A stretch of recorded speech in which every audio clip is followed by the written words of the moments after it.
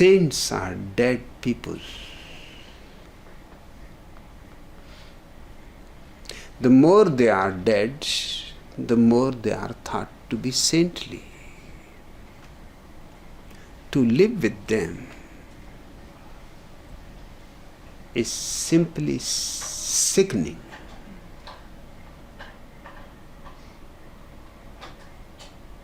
It is nauseating.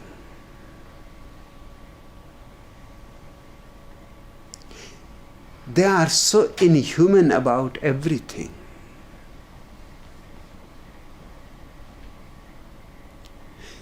They live themselves mechanically, robot-like, and they won't allow anybody else to live differently. They will make you feel guilty for everything.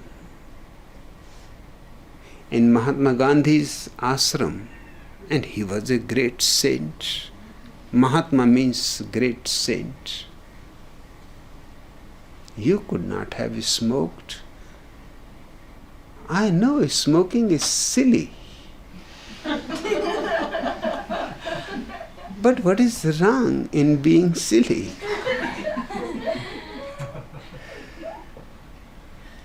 And if one enjoys it, once in a while to be silly is perfectly human.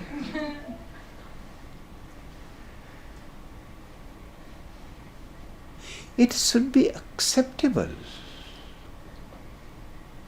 You can tell to the person that it will harm your health, that your life will be reduced by 5 years.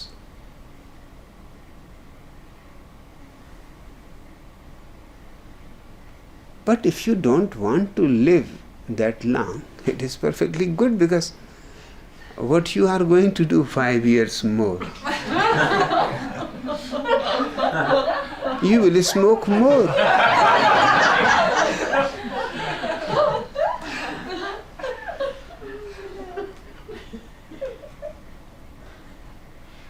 And it is not a healthy habit, but people who don't smoke, they fall sick. And I have seen people who have been smoking continuously, chain smokers, and never falling sick. So all these are just guesswork. All that the smoker is doing is enjoying, taking the smoke in and throwing it out.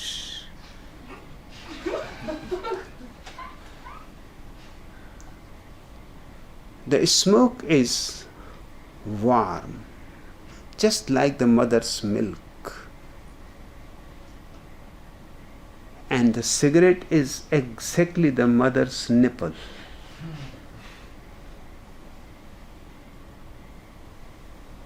He is again enjoying being a child.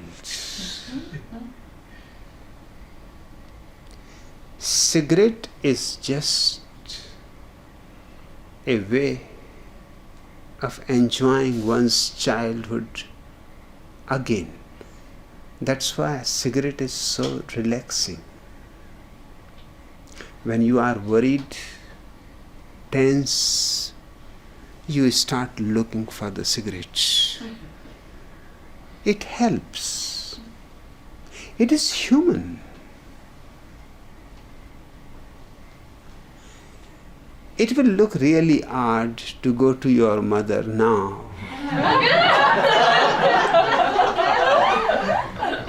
and say that I am so tense and worried. I think cigarette is a good substitute. Don't disturb these people, otherwise they will disturb women. Your mother may be dead, then you have to go to your wife and she may be just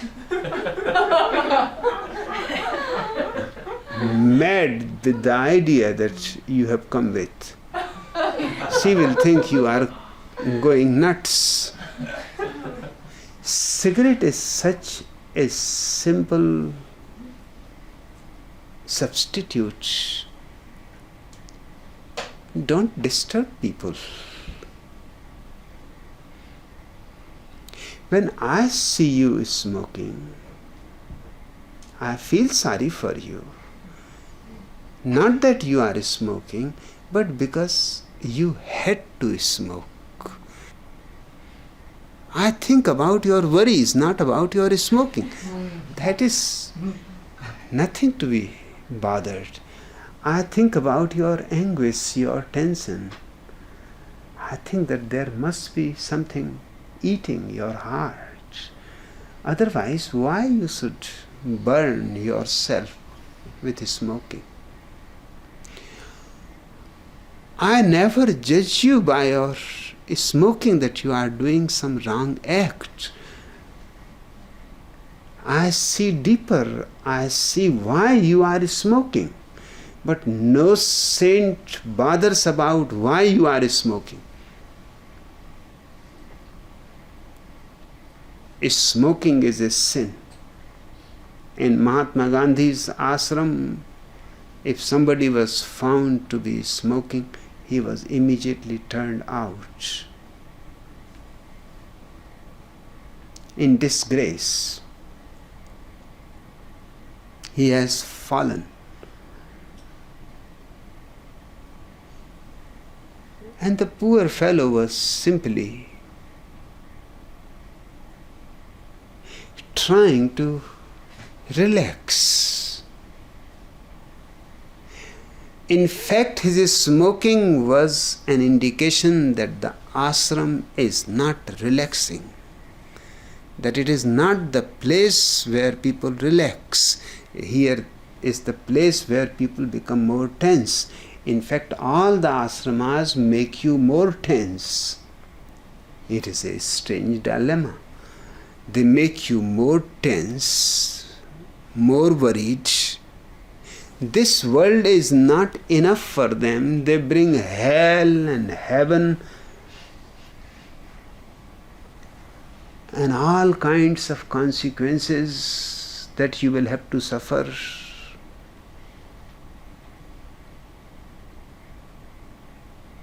Rather than helping you to get out of your tense mind, they make your mind more tense. And then you cannot smoke.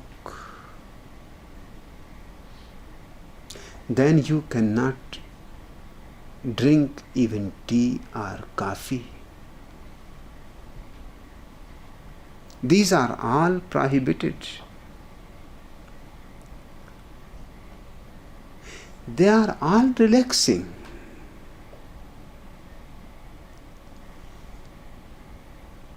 A relaxed person may not need smoking.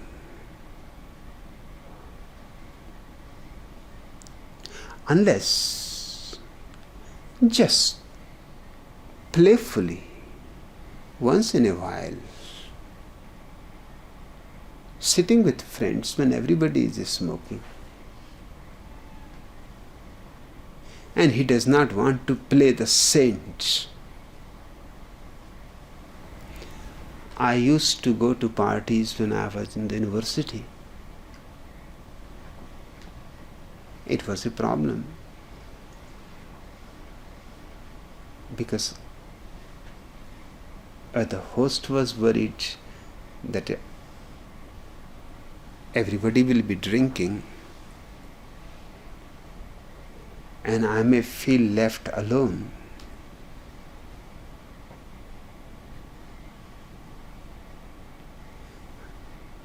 Knowing it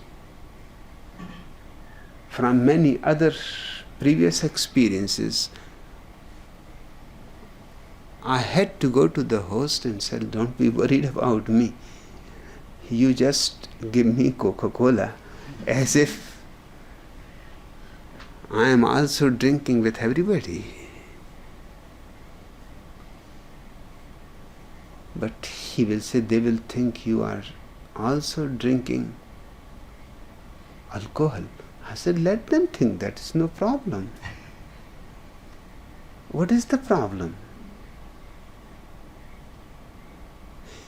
It simply shows I am also human. I want to participate with them. I don't want to be holier than thou. To me, that attitude is ugly.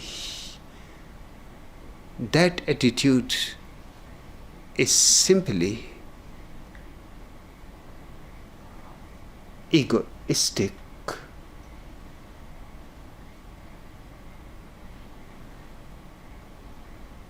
I cannot drink alcohol because I don't know what I will do after drinking. There is no problem. As far as I am concerned, there is no problem. I can drink. Because I don't think that even though alcohol is called spirit, that it can be spiritual or it can enter into my spirit. It will just go through my kidneys and sooner or later will pass out of the body, so there is not much of a problem. I am thinking of you because I may do something.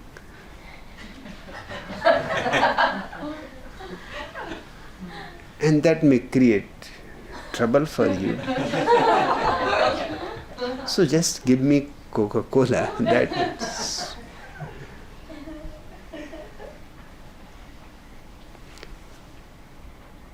drinking Coca-Cola with people, they all almost glared up. They all said, you are also drinking. We were worried that you will be here not drinking and we will look like sinners. I said, no, I am a drunkard. You go on. You cannot compete with me. Because I can go on drinking Coca-Cola as much as possible.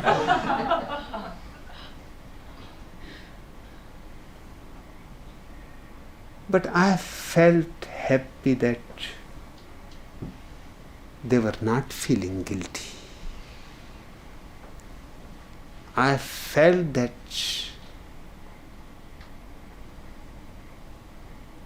I have done something appropriate. I have been human. Your saints are not human.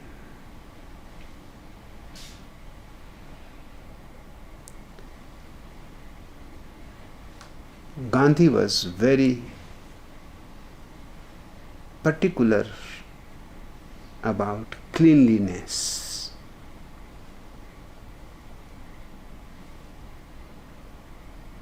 He followed the same idea, cleanliness is next to God. No, for me it is a trouble, there is no God. So only cleanliness remains. Not even next to God. Just the first. There is no next. But I don't come to look into your room and into your bathroom.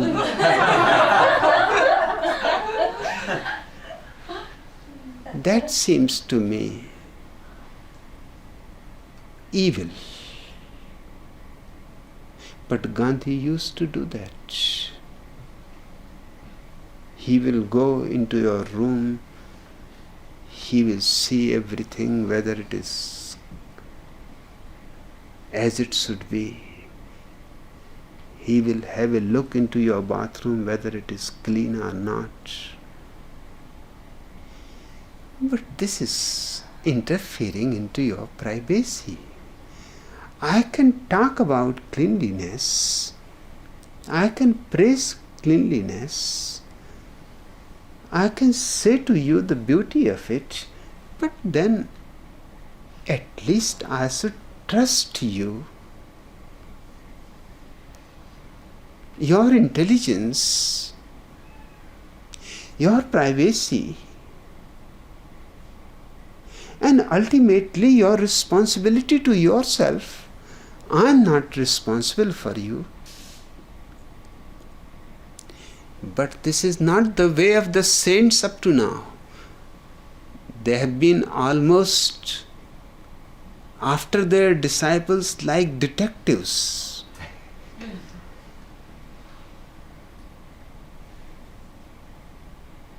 Making the disciple feel as much guilty as possible.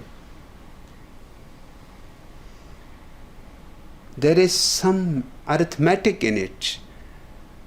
Greater they make people feel guilty, bigger they are thought to be saints. Their height goes on becoming higher and higher as you go on sinking lower and lower. Their whole saintliness depends on your guiltiness. And to make you feel guilty, it is very simple. Start condemning everything that is human, that is natural.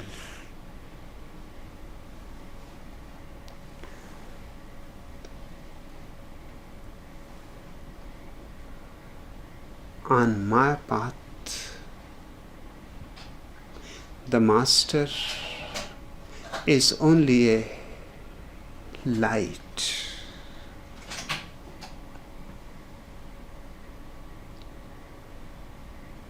You can see in that light and go wherever you want to go. The Master is not somebody who is continuously following you, forcing you. He is simply a presence. In His presence you become aware of your ultimate potential. You become aware what you can be and what you are not.